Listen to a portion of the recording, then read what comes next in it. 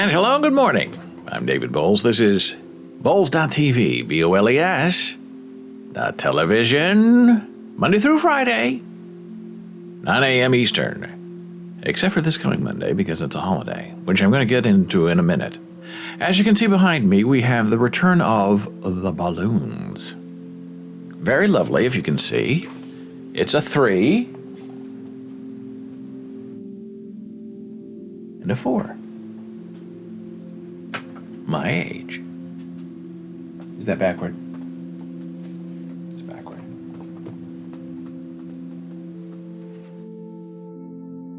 There we go. And they're going to move and cause distractions for the probably next month and a half. And that's all right.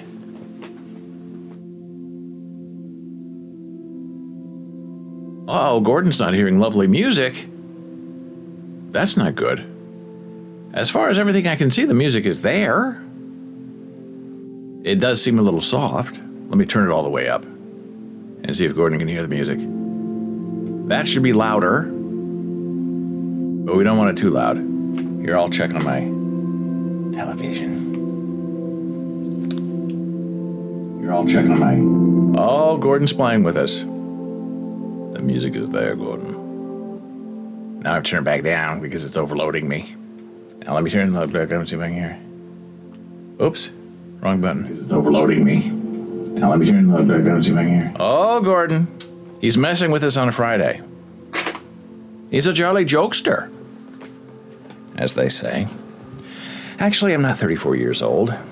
In my mind, the air conditioning just went on, so noise suppression is at full, and now the 34s are spinning. I am 34 years young in my delightful marriage to Jana Marie, sweetheart. And it's coming up. It's July 11. Not this month, next month. But Jana Marie was in Manhattan doing a little bit of fun shopping at Trader Joe, Whole Foods. And she said, hey, it's 34, right? Because we never know. Sometimes we check, sometimes we don't. But when we get to like a fun number like a 33 or like a 35, then we kind of do the math to remind ourselves how many years it is. Sometimes we don't want to know. Has it been that long? Oh, it feels like yesterday.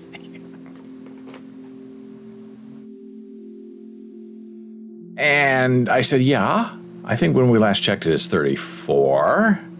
And she said, okay, so should I get some balloons?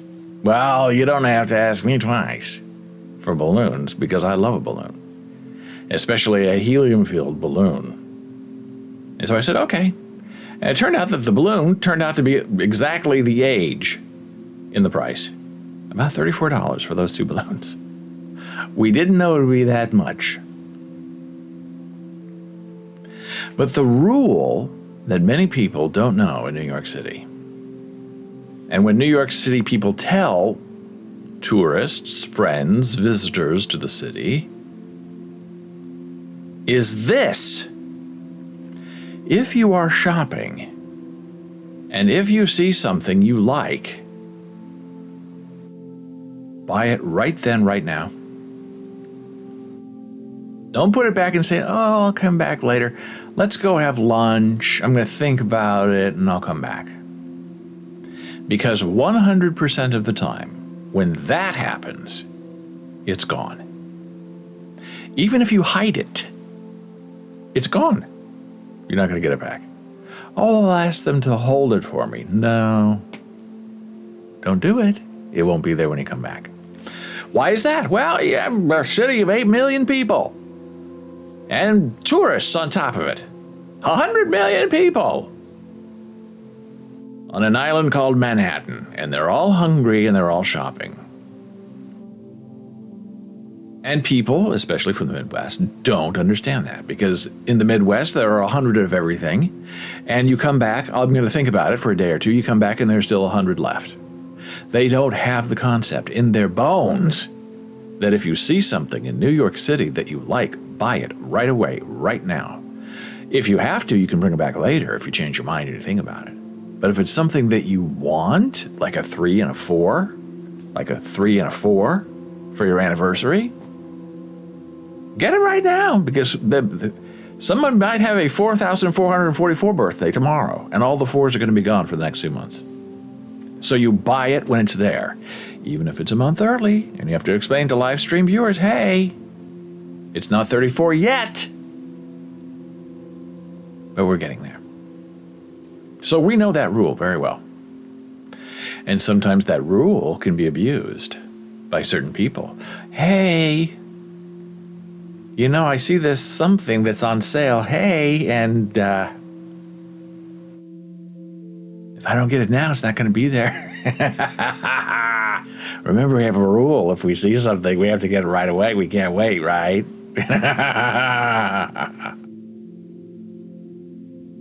I don't do that much, but I know people who do. This light is barely, sometimes it's alive, sometimes it's dead. I guess it just needs to be replaced. A little disappointing. Now I turn it completely off. It's interesting, when I wear this shirt, my face looks very red. I don't appear this ruddy in real life. The arms look good. This, I believe, I would call my natural color. This is not. I don't know what's going on. Maybe I'm hot. Could be. The lights, the camera, the action. They're all involved. Well, happy Juneteenth, sort of, maybe. Depending where you live. Not a national holiday, but I guess a state holiday to celebrate history, vaguely. It's very strange, because, just doing a little bit of superficial checking, in New Jersey and the great state of Florida, today is Juneteenth. So if you're a state worker, we'll see you later. You're off today, full pay, it's a holiday, okay? Okay. We live in the great state of New Jersey, we accept any holidays that are offered. Great, fine, okay. But Juneteenth, I guess, technically is either Saturday or Sunday. I don't really know. But the great state of New York and the slightly lesser state of Nebraska, it's not for everyone.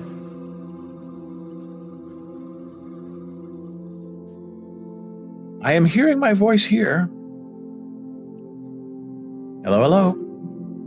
I am hearing my voice here. Hello, hello. Hello, hello. Turn on the captions, Gordon. See if you're hearing my voice there. I'll try it on my iPhone. On the... Is here. Yes. Restart your computer. Restart Twitch. I believe I am broadcasting to the masses. Hello, hello. Hello, hello. Yes. Yes. Are we hearing the music?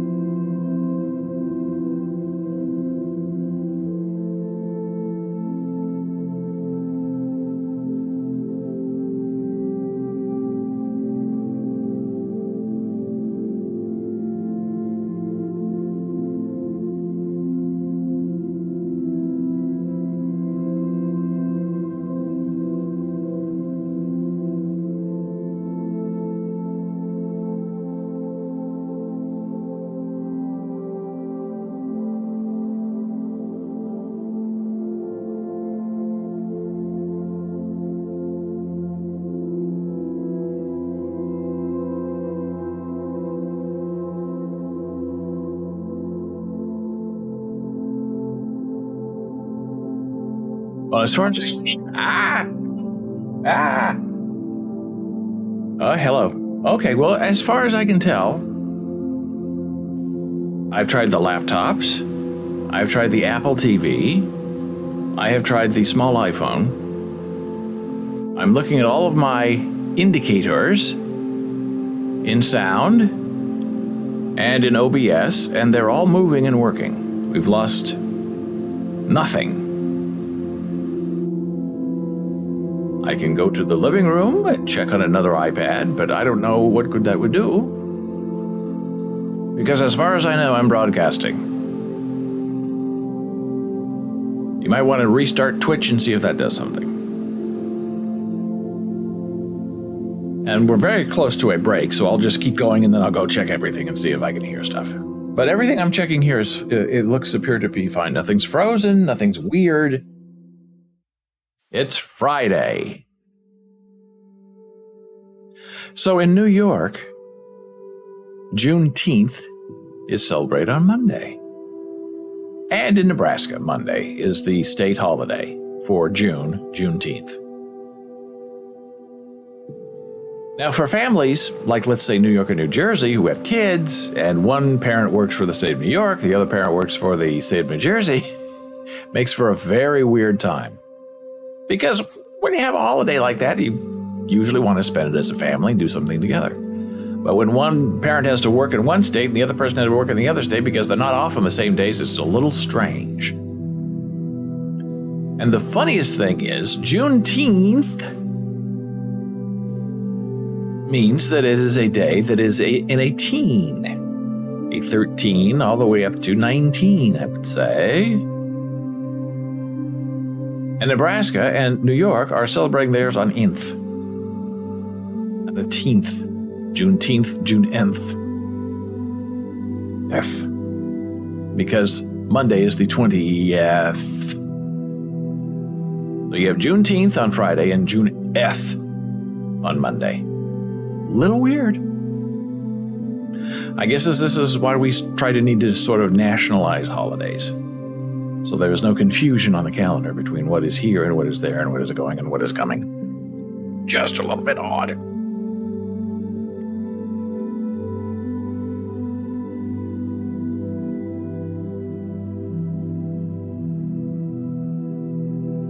The other day, Jana Marie was in Washington Square Park. And I have now realized that I have misnamed this lovely video because it's funnier if we call it Washington Square Dancing in the Park, Square Dancing in the Park, instead of just dancing in Washington Square Park. So how can I fix this? Now I'm becoming fixated on it. Watch later videos. Maybe I just need to go to Vimeo on its own. I'll save that. And do it anyway.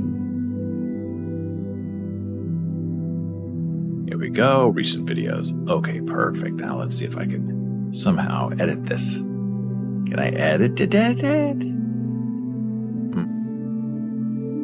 Over here. Yeah.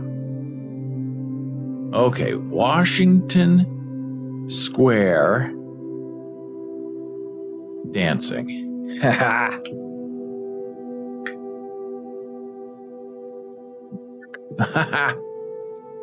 Washington Square dancing in the park. Okay. I'm very easy to entertain, as you can see. The dumbest things make me laugh. Washington Square dancing in the park. Washington Square. Yeah, square dancing. Okay, that's the joke. Okay, because they're not really square dancing, but they're dancing in the square. There's a joke in there somewhere. I'm trying to make it. So here we go. This is what Jana saw and recorded yesterday. And it's just lovely. I guess this is like a bossa nova. It's just like, it's a salsa dance. Okay, that's what it says.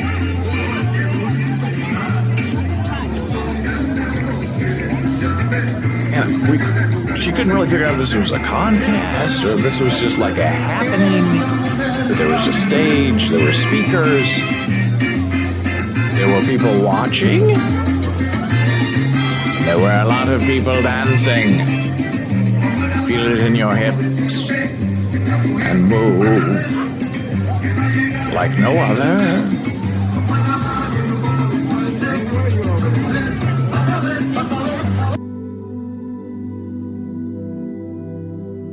It's so good. It looks like a lot of fun. Love it. The way life should be. One big dance in the park. And then on the same day, she's always looking for fun things to share on her Discord server. All these appear first on her private, public, her area, let's say, on our Discord server, in either fun or in success. As well as sometimes she posts hardcore ASL stuff in there. Oh, Gordon has a funny story.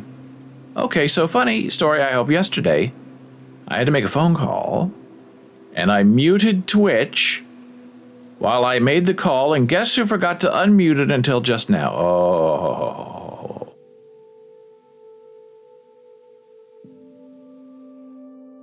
We've been accused in the past of being furious when we weren't. And now when we are, we can't be. Now, our friend Dora, who has made appearances here, often and then not so often, would often accuse me of not having any sound. And I would freak out. I would stop the show, and I would go back and go back and go back and go...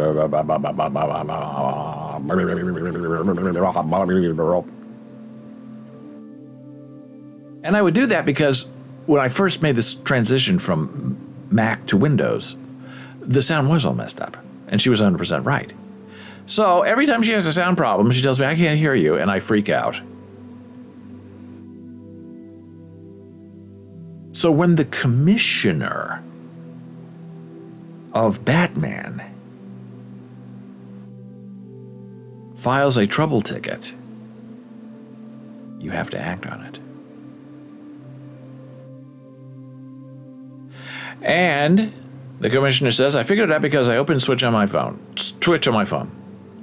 In fairness, it was on your end once, absolutely. Which is why I freak out, because it's like, how could it be? It can't be, it can't be. But I've learned that, as far as I know, if I see it active, the meter, in our broadcasting software, which I now check every day, because you never know what's going to get messed up. It usually means that at least what I'm saying here is out there, because it's monitoring out there, not what's here. Which is why it freaks me out. But Gordon could have very easily said, oh, it's back now, it sounds back, without telling us what happened. So we appreciate the honesty, of course. And the commissioner says, Twitch is so funky. That is the warning of the day. Because it's absolutely true. Glitchy. Twitch is glitchy. You may send me the code. Nothing. Resend. Nothing. Resend a second time. Nothing. Resend again. Suddenly it appears. Absolutely ridiculous. 100% crazy. And Discord support is really awful. We're having a problem with our tickets. If you need help, you fill out a ticket on our Discord server, and it gets sent to us. And when you're done with the ticket, then you close the ticket, and the ticket disappears. But on iOS, the Discord codes, deleted tickets aren't showing as deleted.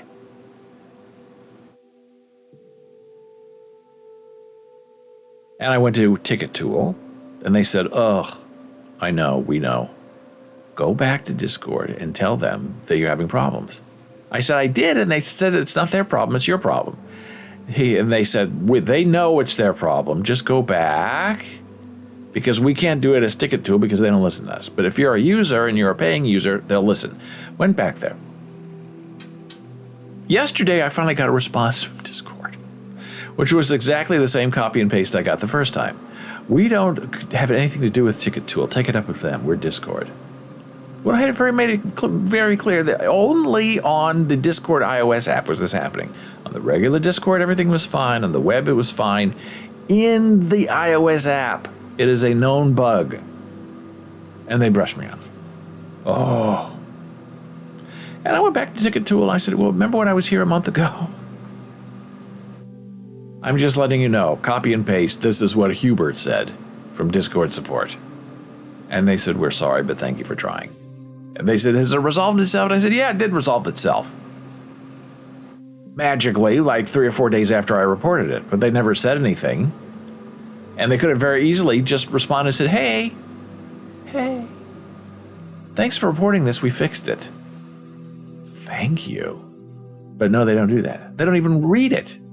Oh, if you're talking about the ticket tool, go talk to them, don't talk to us. But the problem is your problem, not their problem. And speaking of problems, I'm going to take a very brief blood pressure break. I'm glad the audio is working. And we have to know, if you can't hear us, if you can't see us for whatever reason, even if it's a local problem, we've got to fix it. Because otherwise, none of this makes any sense. We will return in a moment.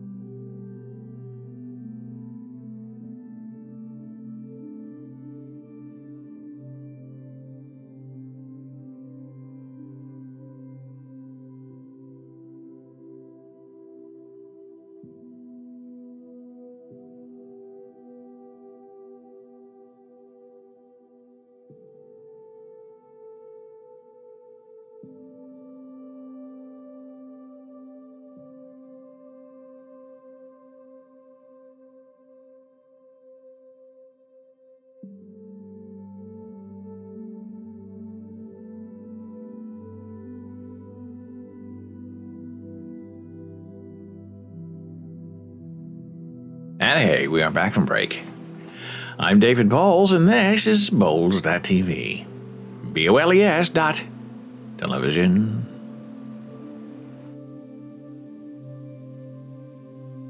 Now Gordon's going to say, I can't see you. And I'm going to freak out. It's part of the fun of a live stream. You never know what's going to hit you.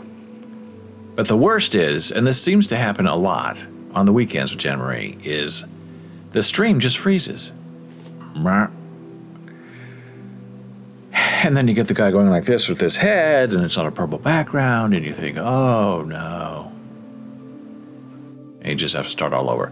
Commissioner says, I can see clearly now. The David Boles. Yay! It never rains in Southern California, but in Florida, it rains every 10 minutes. So on the square dancing in the square day, Jen also saw this on the street and took a photograph. Now this is a very old dog and a very fit, thin gentleman with sandals riding what appears to be a bicycle. We have discussed this in detail, and we believe it is homemade. It is New York City, after all. And it seems like a wonderful way to move your pet around if the dog can't walk. It looks like it's on a leash, but it also seems very intrinsically dangerous.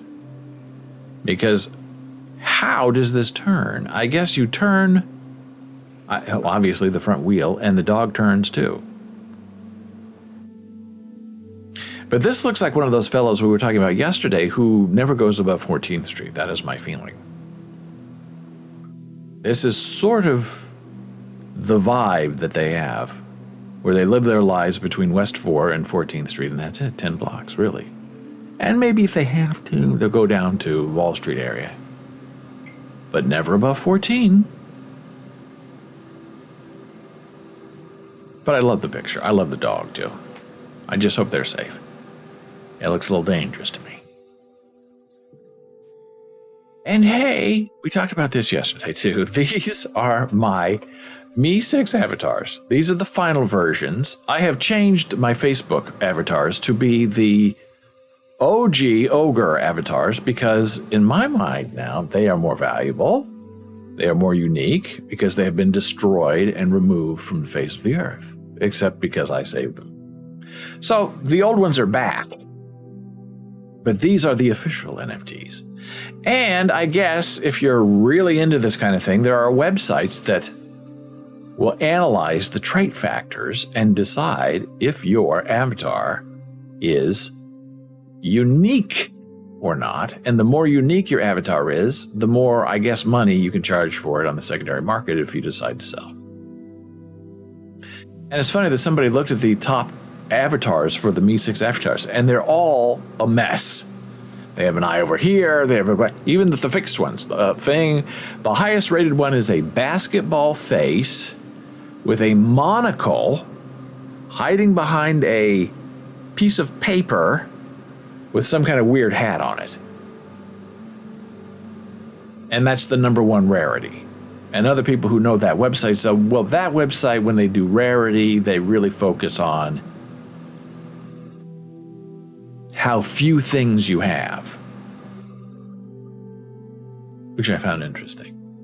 So the more things you have doesn't make you more rare. The fewer things you have makes you rarer. And I've never seen a monocle, and you can't even see the monocle. You only see part of it hanging out behind the paper mask. And it's ugly. And the other ones are all messed up too. But that's what makes it rare. When I look at stuff that I want, I don't care about rarity. I care about if I like it or not. That's all I do. So this is but for the fun of it, I went to this rarity website and punched in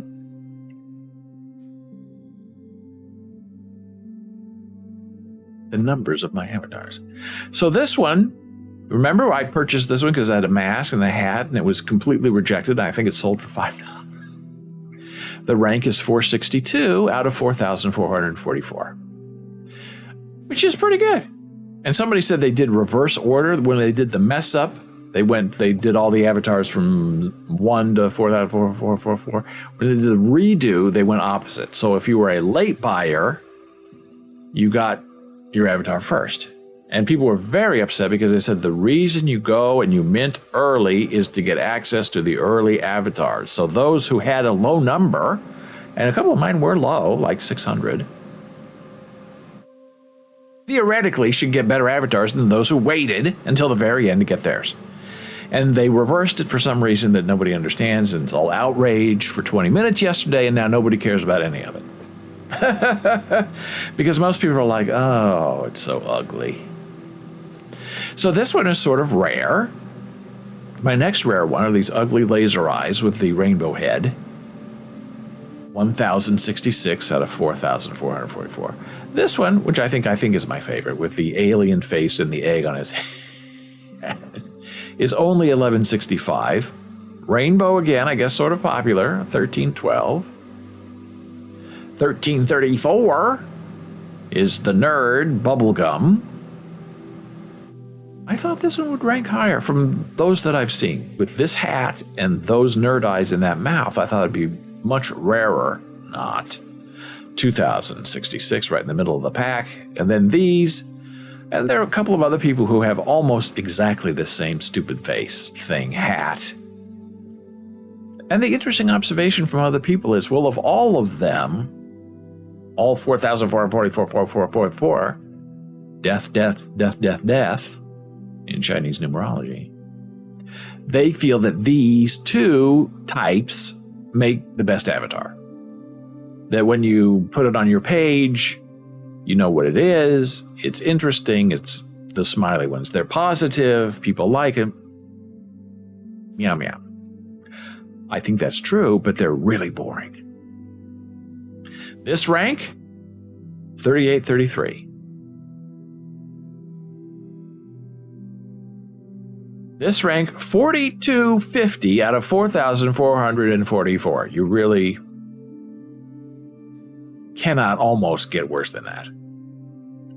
So this is the end of my Avatar stories. I've only been talking about it for a week and a half. But I do love the alien eyes. Hey, have you heard about chess? Yeah, it's over. Over and out. One of the main things about this terrible pandemic that we lived through for 2 years was the rise, especially on Twitch, of people playing chess online, live, with their viewers or with other people, especially on chess.com and leechess.com.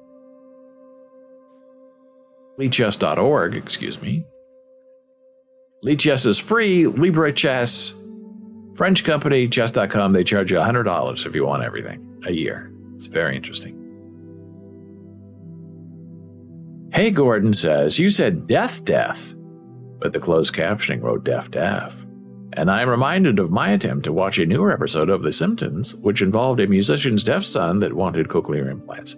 That's an interesting episode. We did not watch it, but we've heard a lot about it, and now you've reminded me we have to go find it somewhere. I think we're trying to figure out where The Simpsons are. And then I think we thought that they were on Hulu, and then we couldn't find them on Hulu. But it's funny, even when you're typing, just typing as a human being, mistake that many of us make, and I have made it 100 times, is typing dead for deaf. And then the other way around. It's very interesting, very weird. So I guess I need to enunciate better. Deaf. Not death.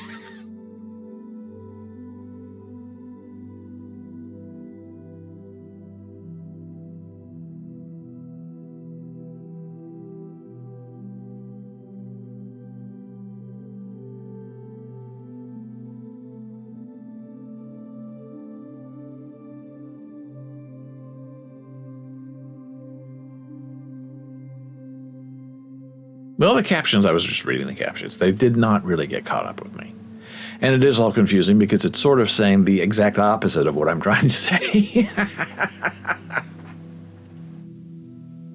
So there are GMs, who are the tippy top of the chess players, who have live streams, especially on chess.com. There are IMs, International Masters, who are more interesting than GMs because they're fun, but they're not as oddly semantic as the GMs. But if you want to learn how to play chess, you probably would want to learn from an IM because they understand the elements of the game better, because GMs are way above everybody else and they don't really speak in the language of the common folk.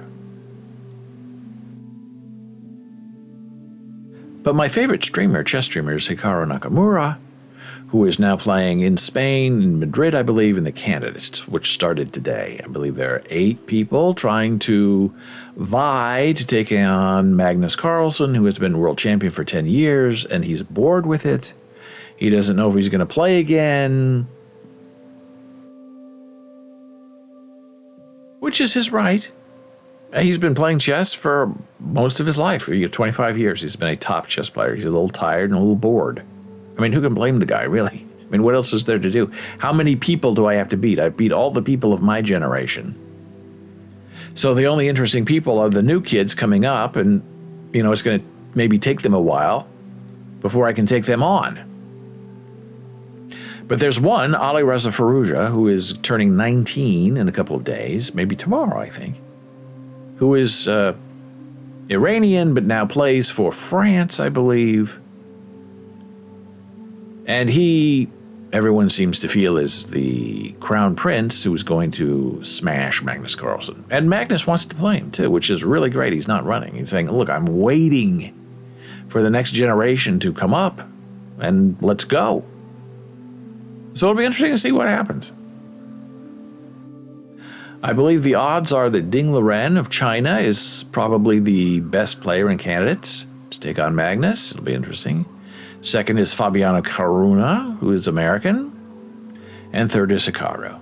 And Hikaru's been out of strict competition, over-the-board competition, for 2 or 3 years. Lost his ranking and his rating because he wasn't playing over the board. And he said, look, I play 100 games a day on my Twitch stream with very good players from all over the world. I'm just not playing 2-hour, 3-hour games traditionally. And FIDE Chess says, well, that's what we do here. we play over the board. We don't play online 3-minute games. We play 2-hour games. So Hikaru's now playing along. He's there. He hopes to win the Candidates, and whoever comes out on top of the Candidates plays Magnus.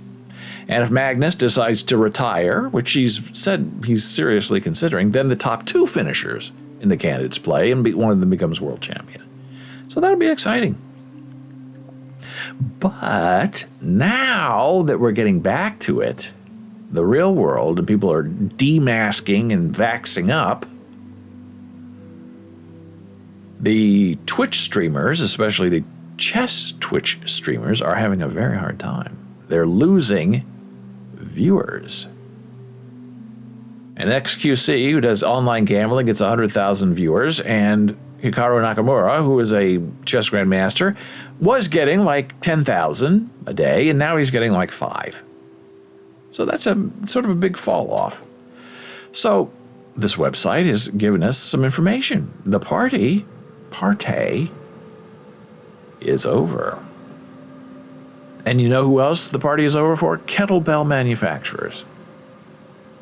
They were having a boomtown time for 2 years during this pandemic. And now the people are going back to the gym, they're going running outside, they're not stuck at home, they're not buying kettlebells, and they're not buying instructional videos. So all these newcomers who thought, we're going to make $1 million in kettlebells are having a very hard time. Because the established players had stock and sold out the stock. And you couldn't really order new stock for almost a year and a half. And now those orders are coming through, they're being delivered, and nobody wants to buy them. And the thing is about a kettlebell is once you have one, it'll last 300 years. It's not really a renewable resource.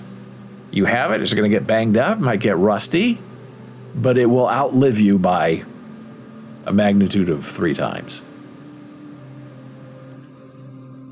Which makes them a good family investment, actually.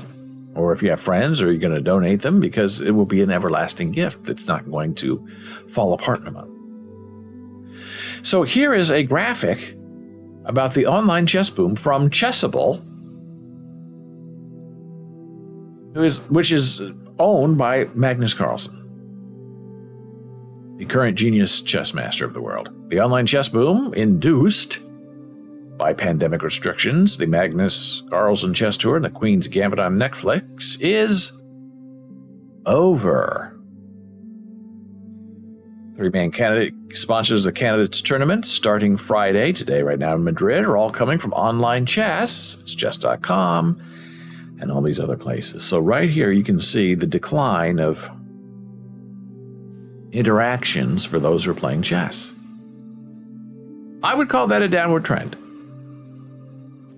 And now Russia invaded Ukraine. The chess economy has begun stagnating and declining due to a near-global recession. Chess lovers order fewer courses and subscriptions. Streamers don't see their audiences grow anymore. Much fewer jobs being advertised. And the Play Magnus Group owns Chess24, owns Chessable, and other wonderful places. Chessable is an interesting thing, but you have to buy access, you have to buy their training modules, and people are not doing that anymore. Probably the clearest indication that the outlook has changed was the first quarter 2022 presentation by the Play Magnus Group. While the bookings in January were higher than the year before, it all changed in February, which is right about the time that crypto started crashing.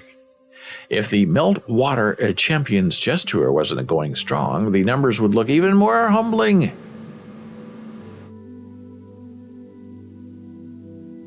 And the Play Magnus Group went on to outline several cost-cutting policies that are already in place. Chess24, it's a wonderful website, European-based mainly. So if you play chess on Chess24 online, and you play chess on chess.com, you're going to get an entirely different experience. Chess24 is very open, kid-friendly. Chess24 is very strict, formal, and European. Chess24 has taken cuts in all but the English and Spanish language markets. The Hamburg office has been closed. After Chief Product Officer Gerald Tan left in March, the position was never filled.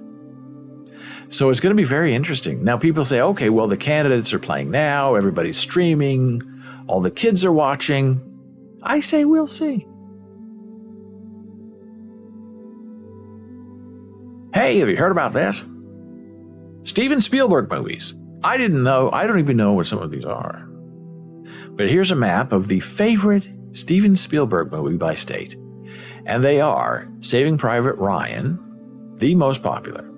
E.T. the Extraterrestrial, next popular. Jaws, West Side Story, Always. I don't even remember seeing Always. Jurassic Park, War of the Worlds, Lincoln, Big Bomb. Tony Kushner blew that one, writing the script. Raiders of the Lost Ark, The Terminal, and Schindler's List. So I guess the two most popular are Saving Private Ryan and Schindler's List. E.T. is third. If it were me picking, if I had my own state, Schindler's List. That's his masterpiece. But here we go, state by state. Let's see what's up where, and how weird are the people. Schindler's List, popular. Among these western states, Raiders of the Lost Ark, big in California. The Terminal is very interesting, that it even has one person saying they are interested. In Alaska, it's War of the Worlds, which is very interesting, especially considering the re-rise of Sarah Palin. Oh boy, I thought we were over that. Here we go in the Midwest. I think the one place where Lincoln is popular. Lincoln, Nebraska. Lincoln, Nebraska. Named after Abraham Lincoln. That's funny. And all around these states, Kansas, Oklahoma, Missouri. Saving Private Ryan. War movies. Schindler's List. Not really a war movie, more a people movie that is set in a war. Saving Private Ryan, meow meow. In the South, E.T., which is very interesting to me. And hey, here we go, New York, Schindler's List. Jaws, up here, where it all took place. And in New Jersey, West Side Story, which I find amazingly curious, as well as specifically mysterious. And The Terminal.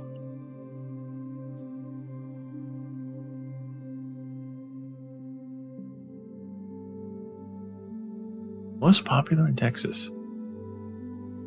That is very interesting. You'd think a war movie would be number one in Texas. That might speak to us politically. And if I were more politically astute, I'd know what it meant. Now we're going to come back after taking a brief break, and we're going to talk about wet, poisonous things in the state of Nebraska. And then we're going to talk about abortion and Judaism, which will be a very interesting conversation, I hope. So we are returning momentarily.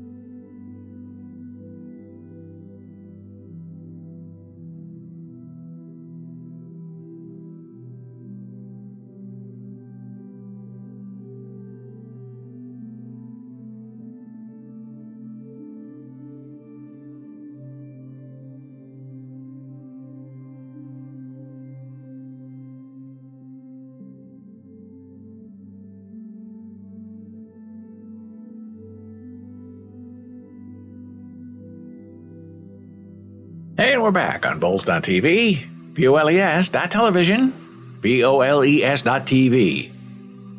DEAF. As in cannot hear and not EEATH as in dying. Spell it out for the closed captions. Not a real people, but a real AI.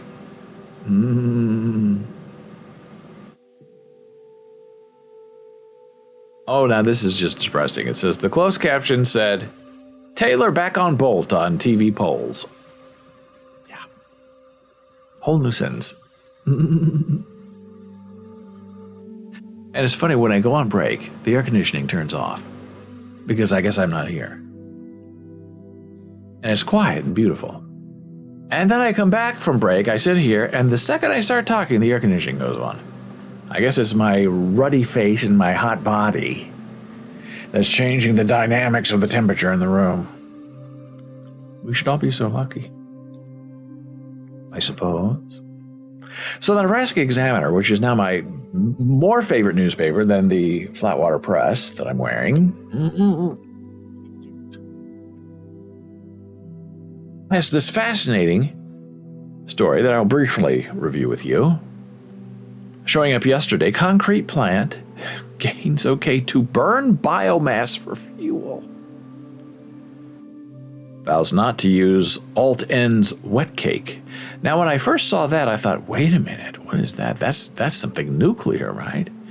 And yes, no. I was thinking of yellow cake. The uranium known as yellow cake can be used to make fuel for nuclear reactors. If processed differently, it can also be enriched to make weapons. 5 tons can produce enough weapon-grade uranium for a bomb. But this is not that. This is wet cake. It sounds delicious, almost as a Duncan Hines yellow cake. A massive concrete plant in Louisville, Nebraska. Some say Louisville. Has won state approval to burn biomass, including some treated seeds in its kilns as a cleaner alternative to natural gas and other fossil fuels. So this is Pete Ricketts, governor of the great state of Nebraska, not for everyone, who currently has COVID, has approved all of this madness. But a spokesman for Ash Grove Cement made it clear Wednesday that leftover pesticide-coated seed corn, known as wet cake, that was used at the now closed Alt-N ethanol plant near Mead, Nebraska, won't be among the biomass to be burned. Wink, wink, or so they say, meow, meow. Ash Grove can confirm that it has not used seed from the closed ethanol plant in Mead, Nebraska, as part of the fuel mix in its Louisville plant, and has no plans to do so in the future. No plans yet, right? So here's the kicker. Today's Nebraska Examiner. Headline: UNMC, University of Nebraska Medical Center, based in Omaha. It is a biological hazard repair stop. One of very few, right in the middle of the country. If you have a bio poisoning, anthrax, COVID, you go to UNMC if you're close. Big, important hospital. Part of the university system, but not considered part of the university system because it's too far away, 50 miles away, from the main campus in Lincoln. According to the Big Ten. Ridiculous. Mead residents have reason to be concerned about Alt-N waste. Wet cake that we thought was yellow cake. Mead.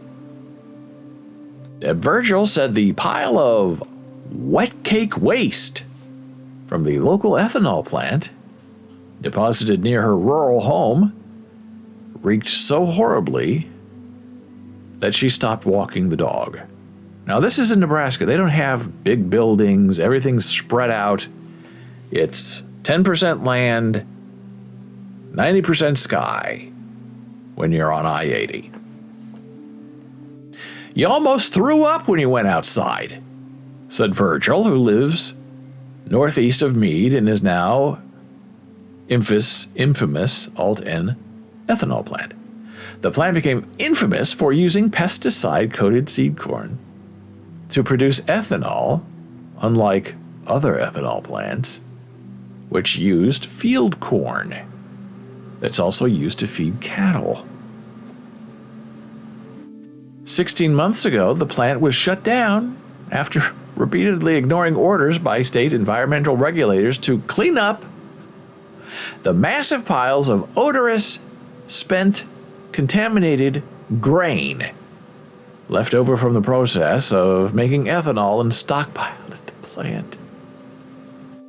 Virgil was one of about 50 local residents who came to the Meade Fire Hall Thursday night to hear what a team of scientists had found out so far about the extent of the contamination to local air, surface, water, and soil from the plants. And they have to do more testing. We don't want to scare anybody. All you have to do is go in Meade and try to walk your dog and see what happens. You're going to be surrounded and overwhelmed by the stink of rotting corn that just happens to be coated in toxic materials. Welcome to Nebraska. It's not for everyone.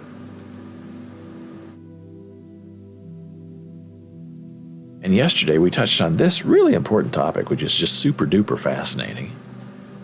Judaism and abortion. Now, this was constructed by the National Council of Jewish Women, which I think is absolutely the right place to get this information. And there's this feeling among abortion rights advocates that if the Supreme Court or the state of Texas says that abortion is unconstitutional, that there are ways to force it into being allowed by basing that argument on religious freedom. Specifically, Judaism, which has been around for thousands of years. It can't be said, oh, this is political intent that goes back 50 years to support Roe v. Wade and if you want standing, if you want stare decisis, look to the Jews to ride in and save the day. At least that's what a lot of abortion advocates, choice people, are saying. Well, here is a little one page that is very succinctly written. Now, how is this possible? Our friend El Beyonce returns. Has not been here for many weeks. And El Beyonce does have this thing for wanting me to suck on the balloons and speak in a helium voice. And I have very kindly been unable to do the helium voice for El Beyonce too. And then after the birthday, the balloons disappeared. And El Beyonce never came back. The day that the new balloons appear, celebrating 34 years of marriage, that's coming next month. But we bought them early because in New York City you have to buy when it's there, not when it's later, because it won't be there. El Beyonce 2 has such a third eye for determining the where, when, but not always the why, when I have helium balloons. Now that is a talent that deserves admiration. These balloons have only been shown here for about an hour, and El Beyonce is already on us, holding back the request to ask me to Inhale the helium and speak in a high voice. That is the most amazing thing. And if I were just a little bit smarter, I would have extra balloons around here filled with helium so I could do a funny voice for El Beyonce too. And then El Beyonce might come back every day for a little helium fun. But I'm just not that smart. And I can't touch these or I will be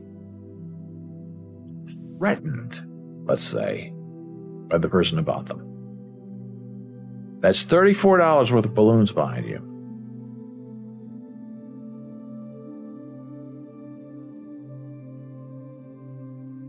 So, hey, back to Judaism and abortion. I spent yesterday afternoon just reading up on this a little bit, and I have several different sources to share with you, but this was the most convincing in the least amount of space. They know how to be succinct, they know how to put out a press release, and they know how to be convincing. And here are the questions and the answers. Does Jewish law state that life begins at conception, which is exactly what the anti-abortion people say? The second the sperm meets the egg, life.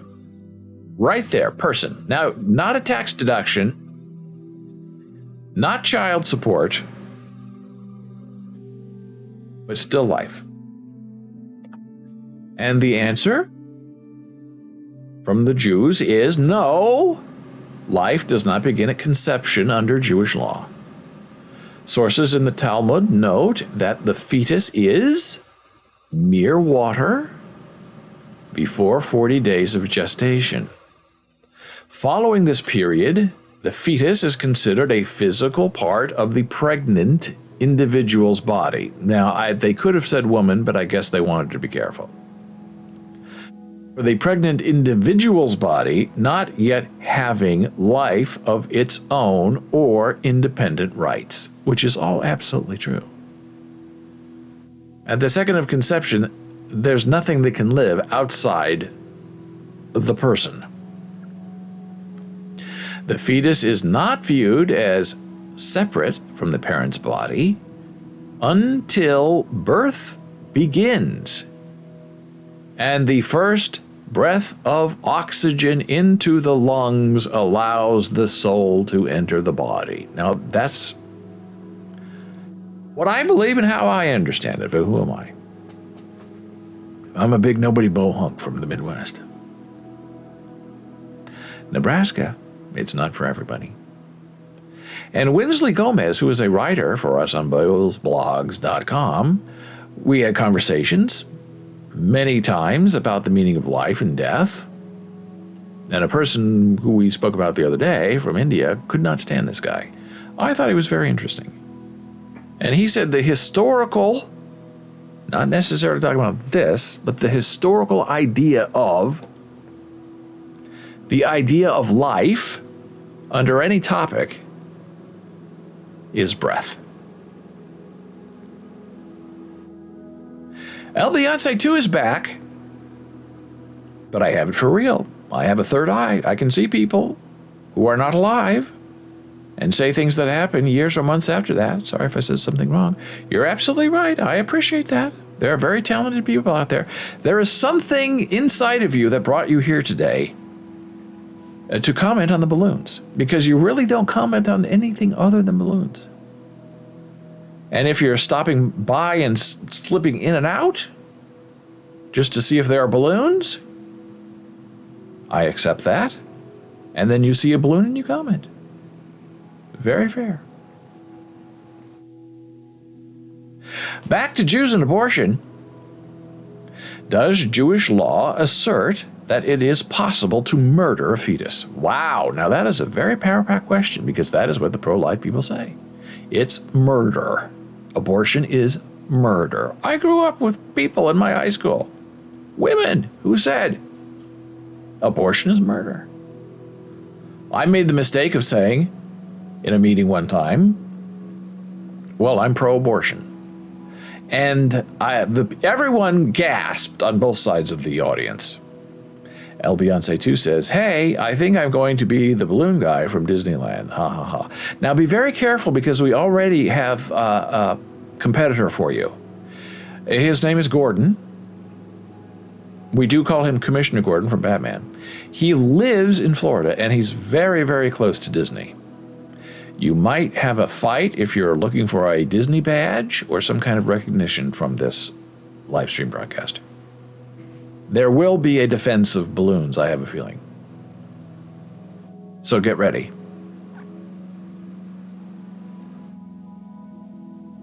Hey, Commissioner Gordon, weighing in. World, mind you, not land. I always get that confused. Disneyland is California and very small, but the original one. The world is located in Florida. So I guess you could split it. One is the balloon master of Disneyland, the other is the overlord of balloons at Disney World. I accept the tie. And in this meeting, I happened to say that, hey, I'm pro-abortion. And the anti-abortion people were disgusted with me. And the pro-choice people said, no, David, no, you're not pro-abortion. None of us are pro-abortion. I said, we're not, it's not pro-abortion. What? We're pro-choice. Oh, okay. But you're for abortion. No, it's not pro-abortion. We're pro-choice. You can go either way. Have the baby, not have the baby. It's not abortion. El Beyonce says, I'm ready. Well, maybe there has been a challenge thrown down. Maybe El Beyonce is going for Balloon Master of Land and World. Oh, now that would be an interesting fight.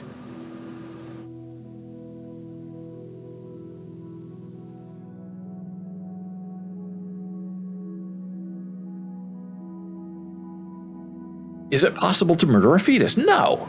Jewish law does not consider a fetus to be alive. The Torah, Exodus 21, 22 through 23. No land is in Paris. Oh, now that's interesting. I don't know what's in Paris. I'm not the Disney expert here. I think this is going to have to be a street fight between you and the commissioner because I don't know anything about it. I'm from Nebraska, and I think I've been to Disneyland once. And I barely remember it, and I think I was 7 years old. I think that the Paris one is called Disney International. I have no idea. Exodus recounts the story of two men who are fighting and injure a pregnant woman, resulting in her subsequent miscarriage. The verse explains that if the only harm done is the miscarriage, then the perpetrator must pay a fine.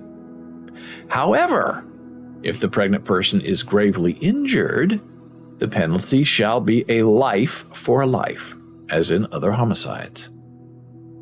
Wait, I think I'm a helium balloon loner.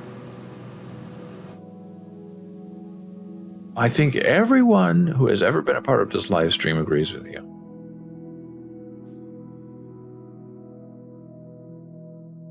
The common rabbinical interpretation of this verse is that the men did not commit murder and that the fetus is not a person. The primary concern is the well-being of the person who was injured. I love that. Hey, Commissioner says Malka loves her helium balloons. That's my 8-year-old daughter.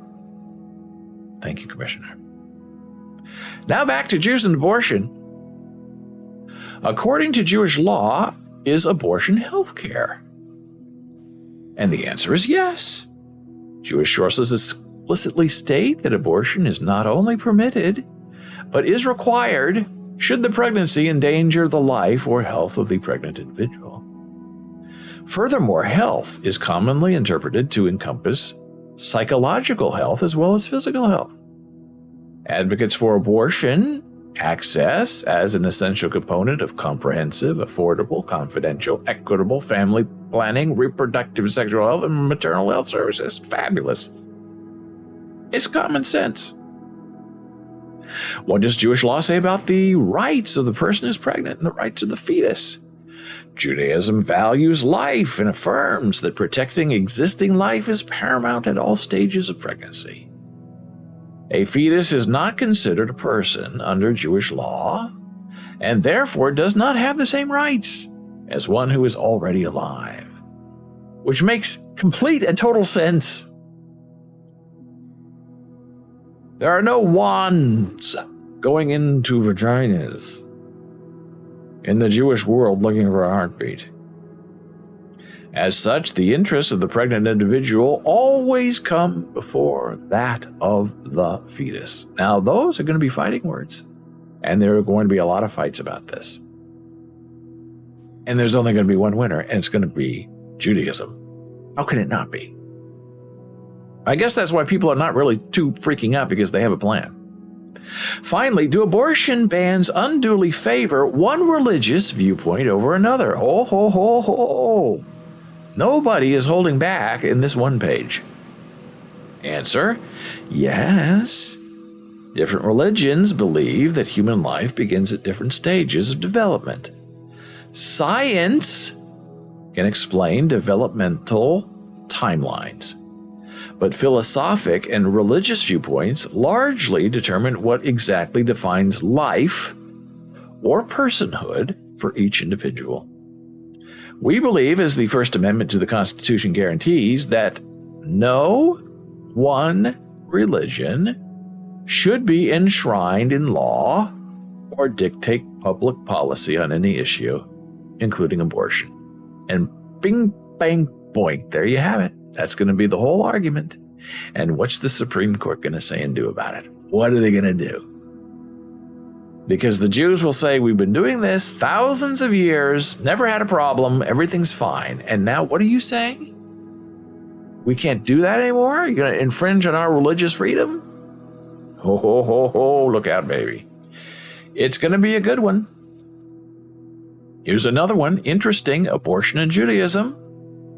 Another very Pew Research. Is Judaism pro-choice or pro-life?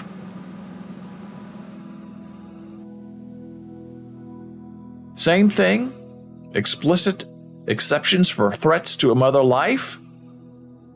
And rabbinic support for terminating a pregnancy. As a host of other situations, there's nonetheless broad objection to abortion in cases without serious cause. And that's fine.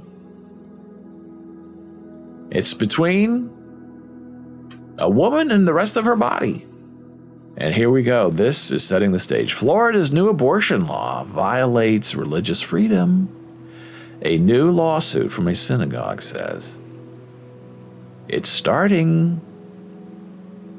A new Florida law prohibiting abortion after 15 weeks, with some exceptions, violates, here we go, religious freedom rights of Jews, in addition to the state constitution's privacy protections, a synagogue claims in a lawsuit.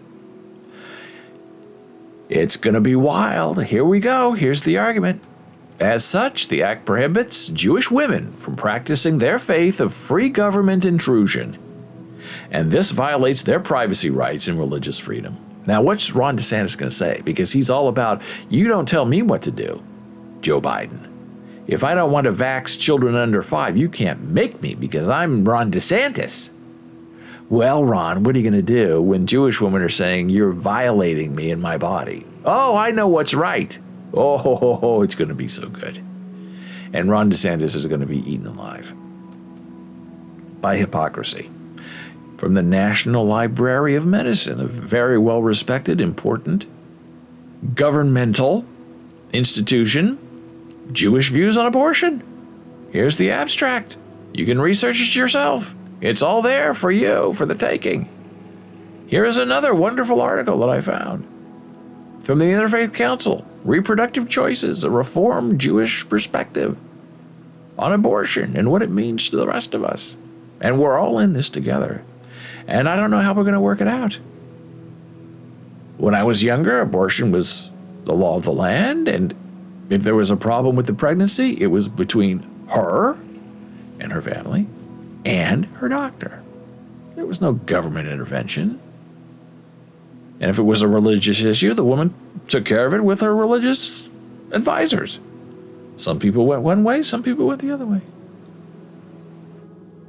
And now we're taking a very brief break. Maybe a balloon break, who knows? We should be so lucky. I will return in a moment.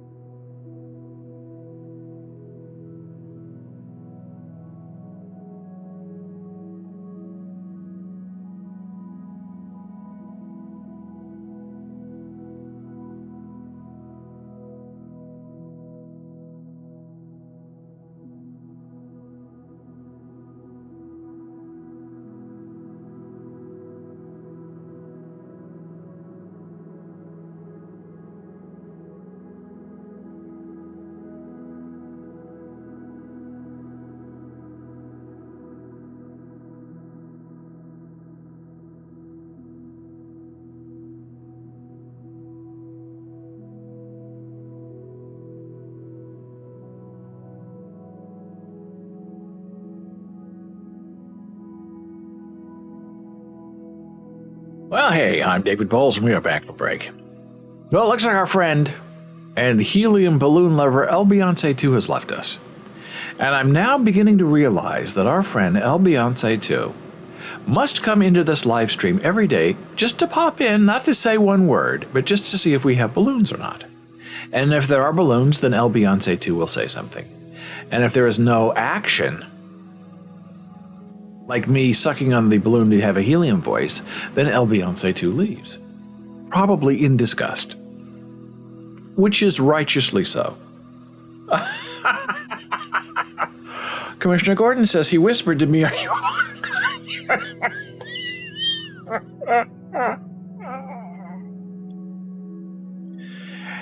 And what was your answer? And the last time we had balloons here, we had some in October for Halloween. We had a great big giant tree. It was gorgeous. A helium field. El Beyonce 2 was not here for that. And that was here for a long time. Then for Valentine's Day, I guess we missed my birthday. For Valentine's Day, we got three beautiful red balloons, helium, that were in the shape of a heart. And every day, El Beyonce 2 would show up for about 15 minutes and harangue me to destroy one of the balloons and do a helium voice. And I said, I'll do it for 20,000 bits. And then I never heard from El Beyonce 2 again. Until today.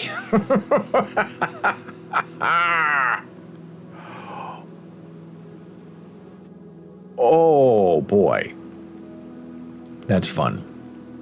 I was going to do a whole thing on robots and AI, but I'm going to save that for Tuesday because I'm running out of time and I'm completely distracted by mixing Judaism, abortion, and helium balloons all in the same segment. It was a challenge, but we made it through. And we're off on Monday because of the Juneteenth holiday. It's Juneteenth today and Juneteenth on Monday. And Gordon has that psychic split because the commissioner lives in Florida and today everything's closed governmentally. But the commissioner doesn't work for the state of Florida. He works remotely in New York. And Monday's the holiday in New York, where all the important places are closed. So there. He's off, but he's not off. And then he's off, but he is off. It's a head twister. And the beauty of working remotely. So it's interesting seeing, who shows up for the live stream. And we get very different individuals, I'll say.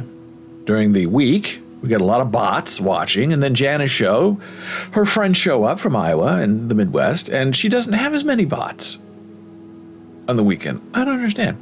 Hey, Gordon says, and we're just riffing here, so, talk about balloons or toys or whatever anyone wants to talk about.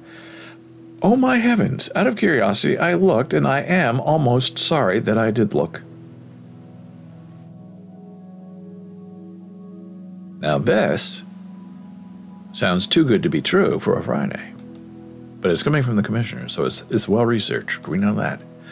BuzzFeed, 12 secrets that someone with a balloon fetish.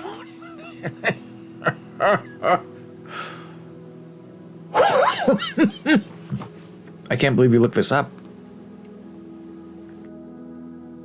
Feeling the way the balloon is expanding and how the pressure is building and getting more intense makes me almost ache with pleasure. Now, I don't want to talk behind our friend El Beyonce 2's back, as I have been for the last 2 minutes. So I'll speak generally now about people who show up on your live stream and want you to do strange things with your balloons. It's a little weird. And you say, it was a gift. Not now, because we're talking about the war in Ukraine. Just please, just one little thing. I go to all of this is what somebody said. I go to all my favorite streamers, and you're the only one who won't inhale helium for me. So please, just one time, with one balloon, no one will miss it. On and on. And now the commissioner may have found out why.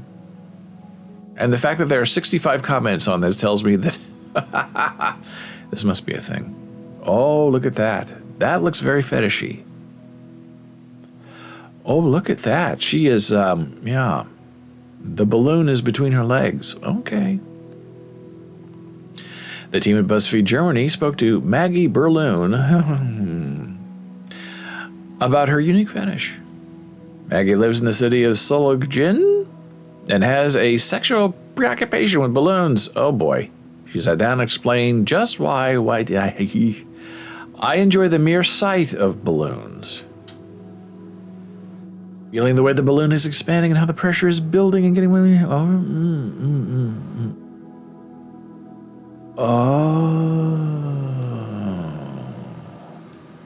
Now that's a key word, as Gordon might say.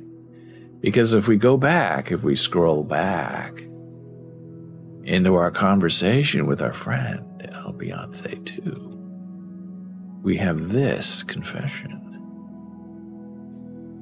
Wait, I think I'm a helium balloon lunar. Oh. Lunar. Oh. Lunar is a broadcast term. Oh. That balloon fetishists use to describe themselves. People who like to pop the balloons are called poppers. Then there are the people who don't like popping, some of whom even have a fear of loud noises, who call themselves non-poppers. And finally, there are semi-poppers. They're somewhere in between. Well, balloon people, bubble wrap people, they seem to be the same thing. I mean, isn't bubble wrap really a tiny balloon?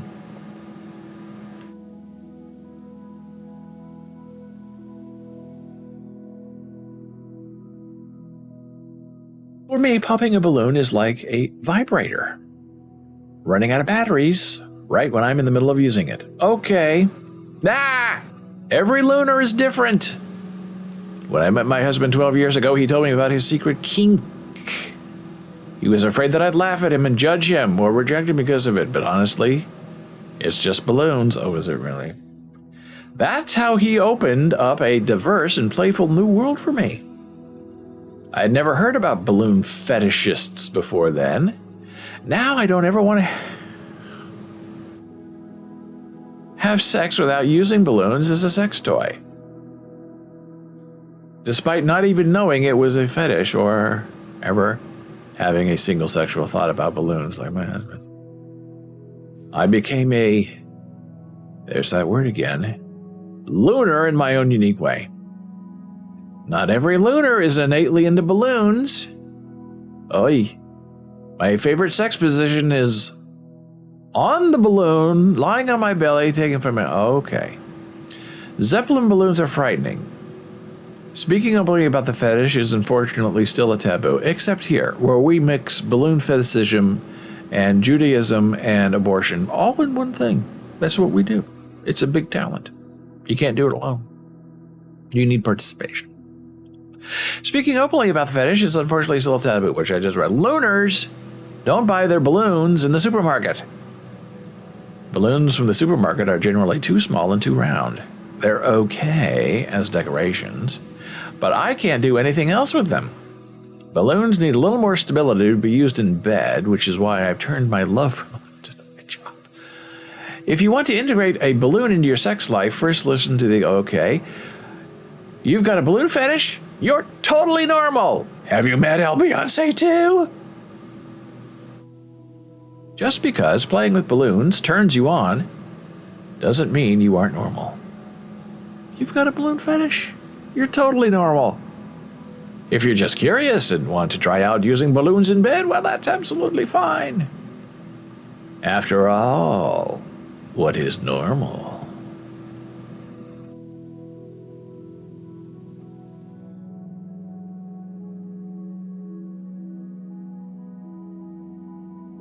Well, Davy, well, as Uncle Mills would say. We've gone too far, but it's a Friday.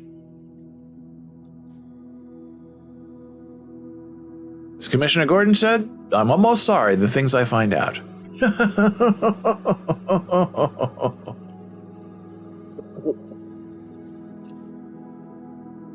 I have a whole new meaning to the words 3 and 4, 30 and 4 behind me.